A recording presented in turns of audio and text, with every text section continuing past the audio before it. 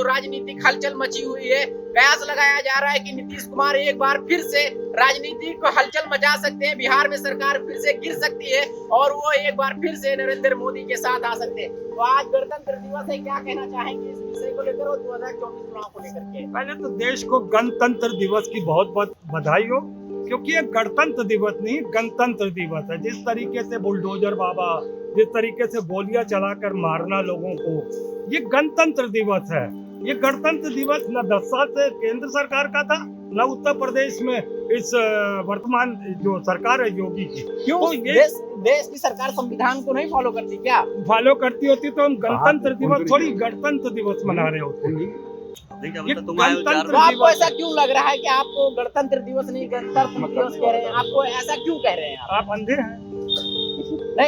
नहीं, आप अंधे हैं, आपको दिखाई नहीं दे रहा गन चल रही है, आपको नहीं दिखाई दे रहा बुलडोजर चल रहा है, आप अंधे हैं। ये गणतंत्र दिवस नहीं गणतंत्र दिवस है, कह दिया। उसकी देश को बहुत बहुत मुबारक। बाकी अगला सवाल। ठीक है, जवाब देते हैं। क्या कहना चाहेंगे चाचा? अब इन लोगों की यही गंदी मानसिकता, इसी तरह की वार्ता करेंगे। आज संविधान दिवस के पहले हम समस्त देशवासियों को बधाई देता हूँ और कह रहा हूँ जो आप लोग देख रहे हैं, आप लोगों को बताने की जरूरत वो नहीं कह है। रहे हैं कि सरकार जो है, वर्तमान सरकार है, लोकतंत्र में, संविधान में विश्वास नहीं रख रही, न्यायपालिका से हटकर अपना फैसला खुद लागू कर रहे, इसलिए गणतंत्र दिवस है। आदमी की जाती रही भावना, जैसी प्रभु मुहूर्त देखी वैसी अब इनकी जो भावना है वही हिसाब से देखेंगे। और सरकार संविधान सम्मत काम कर रही है और देश के हितों की सारी रक्षा कर रही है, देश के गरीब मजदूरों की रक्षा कर रही है। उनके सारे काम हो रहे हैं, सबका साथ सबका विश्वास, सबके विकास में काम हो रहे हैं। उसी आधार पर सरकार भारतीय जनता पार्टी की जनता चुन रही है और 2024 में भी आप देख लीजिएगा, कुछ ना कुछ लोग तो रहबे करेंगे अपोजिशन में और कुछ ना कुछ लोग तो उस तरह की बात करने वाले रहेंगे। हमेशा रहा है, आज की बात नहीं है।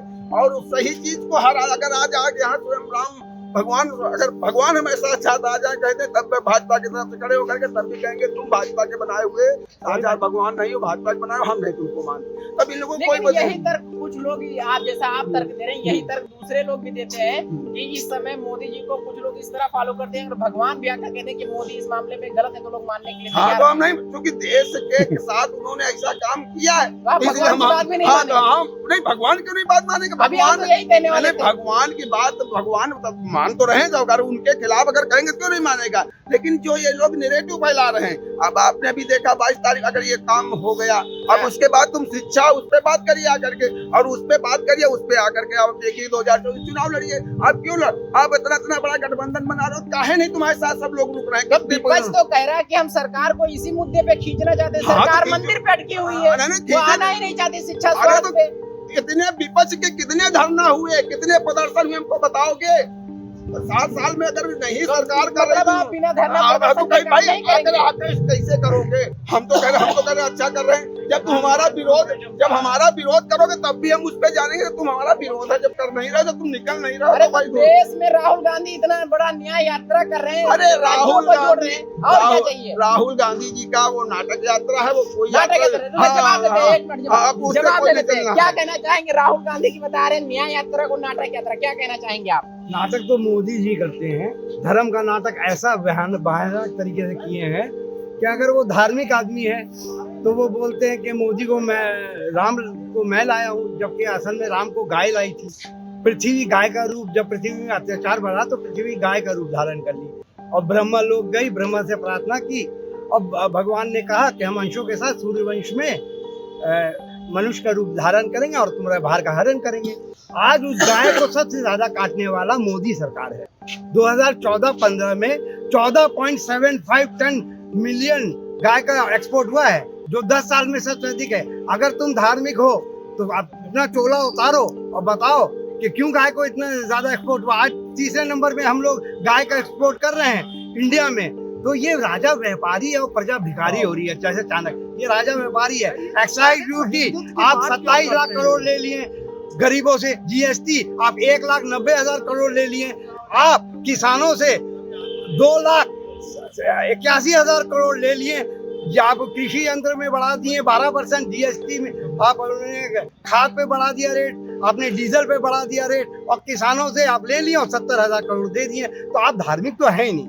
आप व्यापारी हैं, एक पूंजीपति हैं, आपके राज में पूंजीपति लोग आगे बढ़ रहे हैं, गरीब और गरीब होता है। गरीब और गरीब क्या कहना चाहेंगे? गरीब और गरीब हो रहा है। राजनीति, मोदी जी धार्मिक नहीं, राजनीतिक व्यापारी हैं। देश को बताइए क्या कहना चाहेंगे? सबसे पहले मैं आपके चैनल के माध्यम से बता दूं कुछ जाहिलों को ये चीज कि इनको पहली चीज बात करने की तमीज नहीं, पहले तमीज सीख के आए फिर डिबेट करने आए। दूसरी चीज कि सबसे पहले मैं आपको बताना चाहता हूँ आपके चैनल के माध्यम से कि इन लोग की दलाली, जो लोग ग्रोथ कर रहे हैं उनकी हो गई दलाली बंद। दलाली बंद है, इसलिए इनके यहाँ जो मामला कुछ चल नहीं पा रहा है, इसलिए सरकार का विरोध। तो नरेंद्र मोदी सरकार का सुन लीजिए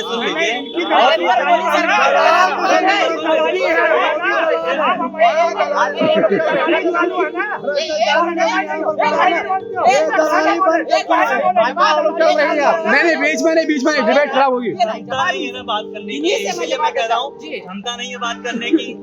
मैंने क्या बोला? जो विरोध कर रहा है नरेंद्र मोदी की कोई भी चीज से नए उद्घाटन के लिए सबसे पहले विपक्ष में विरोध होने लगता है। कोई चीज का उद्घाटन करेंगे तुरंत विरोध चालू हो जाएगा। और रही बात मानिए राहुल गांधी जी की, आप कह रहे हैं न्याय यात्रा लेके निकल रहे हैं, इससे पहले 2014 से पहले कितनी यात्रा निकाली है जनता के लिए, मुझे बताइए। ये कुछ जनता की यात्रा के लिए इन्होंने न्याय यात्रा, भारत जोड़ो यात्रा, ये जनता के लिए नहीं निकाल रहे हैं, ये अपने लिए लोग निकाल रहे हैं कि हम लोग की न्याय बची रहे। वरना आपके लिए तीसरी बार माननीय प्रधानमंत्री जी तीसरी बार बन जाएंगे ना, तो इन लोग की लुटिया हर तरह से डूब जाएगी। आप कह रहे हैं कि राहुल गांधी जवाब आप बताइए। कह रहे हैं कि राहुल गांधी न्याय यात्रा अपने लिए कर रहे हैं, जनता के लिए नहीं। तो बिल्कुल। जो 2014 में सिलेंडर उठा के लोग घूमते थे, गोभी के सामने बैठे थे, वो कौन सा जनता के स्वार्थ के लिए फिर बैठते? उनको भी आप मानेंगे कि अपने हितों के लिए बैठते थे? नहीं, सबसे पहले आपको मैं बता दूं कि कोई भी सरकार होती है, चाहे वो पक्ष में हो चाहे विपक्ष में हो, ठीक है। दूसरी चीज मुद्दा है, आपके मुद्दे पे बात करिए। आप हर एक चीज में विरोध क्यों कर रहे हैं? आपके जो भी है, आप सिलेंडर का रेट बढ़ा है, आप जाइए वहाँ पे धरना पसंद करिए, तो मैं जानूंगा। तो आप सरकार और सुन लीजिए, अरे फिर वही चीज है जहाँ आप ये बताइए, हर एक चीज का अगर मान लीजिए आपको हर एक चीज की सुविधा चाहिए, हर चीज की व्यवस्था चाहिए। पहले 450 का सिलेंडर होता था, ठीक है, उसके बाद 450 का सिलेंडर होता था, ठीक है, और उसके बाद लाइन कितनी लंबी लगती थी, 150-200 किलोमीटर के लिए लाइन लग रही है। सिलेंडर के ऊपर बैठ के आदमी के उसके निशान बन जाता था पिछवाड़े में। क्या बात कर रहे हैं? और सुन लीजिए, नहीं रुक जाइए, सुन लीजिए पूरी बात, क्षमता रखिए पहले, ठीक है। अब क्या है, आप आज की डेट में बुक करिए, शाम तक सिलेंडर आपके घर पे पहुंच जाएगा। तो आपको सुविधा भी चाहिए, तो भाई महंगाई तो होगी। और जवाब दीजिए। 2000 सिलेंडर। सरकार सुनिए, जो सरकार सुविधा इतना दे रही है, इतना लंबा चौड़ा टैक्स है, 500-600 रुपए एक्स्ट्रा ले रही है, क्योंकि अब आपको घर में रहिए। देखिए दलाली लोग ये बात बोल सकते हैं। 2000 रुपए का सिलेंडर कर दो, तुम्हारे घर में आएगा सिलेंडर। 3000 का कर दो, लोग तुमको डिलीवरी करेंगे। 400 का सिलेंडर तब था और लाइन कोई नहीं लगाता था। मैं भी सिलेंडर लेने जाता था और आराम से ले लेता था। जबकि आपका 1000 मैट्रिक टन क्रूड ऑयल का प्राइस था, तब सिलेंडर 400 था।